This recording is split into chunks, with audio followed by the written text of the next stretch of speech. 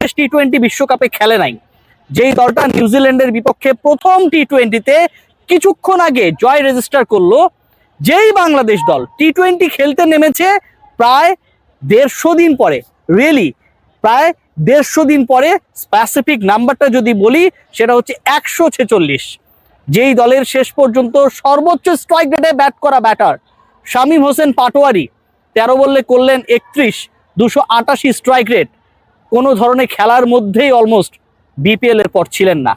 সেই দলটা 180+ একটা স্কোর, সেই দলটা স্পোর্টিং উইকেটে নিউজিল্যান্ডের করা 200+ স্কোর টপকে গেল, 6 উইকেটের জয় নিশ্চিত করলো 12 বল হাতে রেখে। বাংলাদেশের টি-20 বিশ্বকাপের সবচেয়ে আক্ষেপের কারণটা কোথায় জানেন? যে এই দলটার মধ্যে এমন কিছু ক্রিকেটার রয়েছে যারা আসলে ডানে বামে চিন্তা করে না। যেই ক্রিকেটাররা আমি টিকে থাকতে পারবো, ঠেকিয়ে খেলে কিছু রান করতে পারলে আদারওয়াইজ কিক আউট হয়ে যাব, সেই টেনশনে থাকে না। যেই দলের ক্রিকেটাররা লক্ষ্যটা যাই হোক না কেন, জাস্ট একটা এক্সাম্পল যদি দেই, যে লাস্ট 10 ওভার্সে বাংলাদেশের জয়ের জন্য দরকার ছিল 106 রান, হাতে ছিল 7 উইকেট, 2 জন ওপেনার আউট হয়ে গেছেন, সাইব এবং তামিম, তারপরে লিটন কুমার দাস তিনিও বেশিক্ষণ টিকতে পারেন নাই, লিটনের ওই ভয় ধরা নিয়ে আউট, বল লো হয়ে স্ট্যাম্পে গিয়ে আঘাত আনলো, যথেষ্ট ডিফেন্সিভ করতে পারতো যারা পার্টনারশিপ করলেন। সেই 2 জন তাওহিদ হৃদয় এবং তার পার্টনার হিসেবে আমরা যখন ওখানটায় পেলাম পারভেজ হোসেন ইমনকে, যার সবসময়ের পজিশনটা অলমোস্ট ওপেনিং, নাম্বার 4 এর বাংলাদেশের ভরসা হিসেবে আবির্ভূত হলেন, একটা বারের জন্য মনে হয় নাই যে লিটন কুমার দাস আনইভেন বাউন্সের কারণে পরাজিত হয়েছে ঠিক কিছুক্ষণ আগে, একটা বারের জন্য মনে হয় নাই যে এই 10 ওভারে যে 106 রান লাগবে, বাংলাদেশ দল টি-20 খেলেই হচ্ছে 150 চেস করার জন্য, কিন্তু শেষ 10 ওভারে 106 লাগবে, 3 উইকেট নাই। আগের যারা ব্যাট করেছেন সেই তারা প্রথম 10 ওভারে স্কোর বোর্ডে মাত্র দিতে পেরেছিলেন 77, বাকিরা পারবে কি পারবে না সেই সংখ্যাকে তুড়ি মেরে উড়িয়ে দিয়ে অসম্ভবকে সম্ভব করেছেন পরের 3 ব্যাটসম্যান। এক্সপ্লোসিভ ব্যাটিং আমি বলবো যে আজকে এই যে 3 জন বাংলাদেশকে জিতিয়েছেন, এই 3 জনই বোলিং ডিপার্টমেন্টে আলোচনায় পরে আসবো। তাওহিদ হৃদয় সামনে থেকে নেতৃত্ব দিয়েছেন বদলে যাওয়া হৃদয়, যে হৃদয়ের অনেক ফ্র্যাঞ্চাইজ লিগে সতীর্থদের সুযোগ হয়, হয়তো তার সুযোগটা হয় না, আজকের এই ইনিংসটা হয়তো কারো প্রতি তার জবাবও হতে পারে। আমাদের তানজিদ তামিমের সাথে ওপেনিং পার্টনারশিপে যাকে আমরা সবচেয়ে বেশি দেখতাম পারভেজ হোসেন ইমন নাম্বার 4, আর শেষে এসে শামীম হোসেন পাটোয়ারির বল যদি ব্যাটে কানেক্ট করে আর পারভেজ হোসেন ইমনের বল যদি ব্যাটে কানেক্ট করে, ওটা কত দূর যেতে পারে, কত ফোর্সে যেতে পারে, সেটা একটা দারুণ আলোচনা হতেই পারে। কিন্তু সেই আলোচনায় আজকে আমার কাছে মনে হয় যাওয়ার থেকে এই 3 ব্যাটার হৃদয়, ইমন এবং শামীম, তারা যে একটা ইন্টারেস্টিং ঘটনা ঘটিয়েছে সেটা বলাটা বেশি জরুরি। খেয়াল করে দেখবেন লিটন দাসের আউটের পরে যে পার্টনারশিপগুলো গ্রো করলো, তাওহিদ হৃদয় 27 বলে 51 করলেন, অপরাজিত থাকলেন, স্ট্রাইক রেট 188 স্ট্রাইক রেট।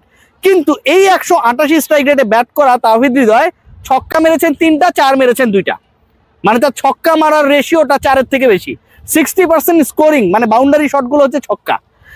একইভাবে পারভেজ হোসেন ইমন 14 বলে 28 করেছেন।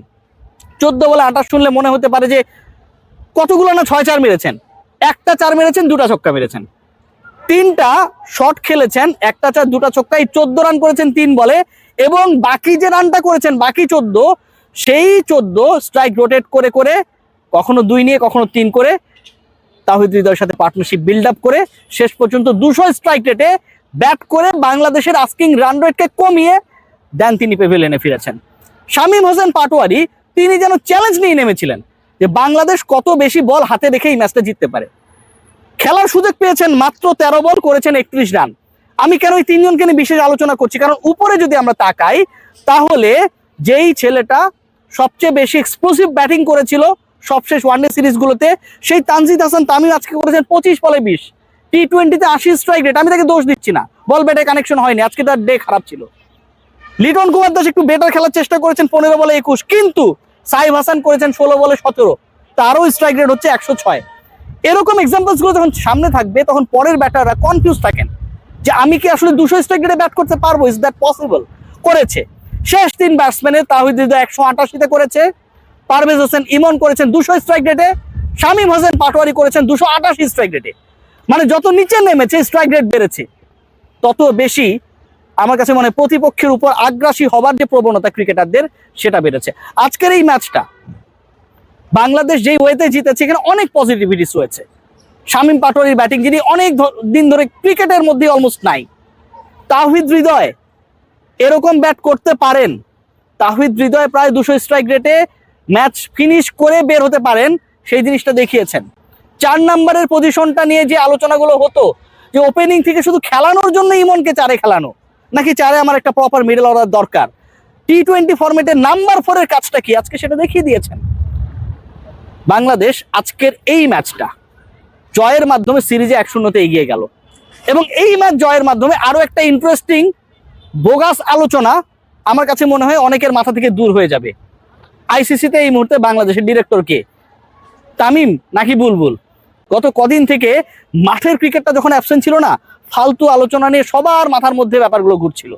বাট মাঠের ক্রিকেট যখন আলটিমেটলি স্ট্রাইক করে, মাঠের খেলোয়াড়রা যখন বাংলাদেশকে জেতায়, মাঠের ব্যাটাররা যখন টি-20টাকে টি-20 স্টাইলেই খেলে, তখন তার থেকে আনন্দের এবং ডিসকাশনের বিষয় আর অন্য কিছু হতে পারে না। Let's discuss about the other innings, বাংলাদেশের বোলিং ইনিংস।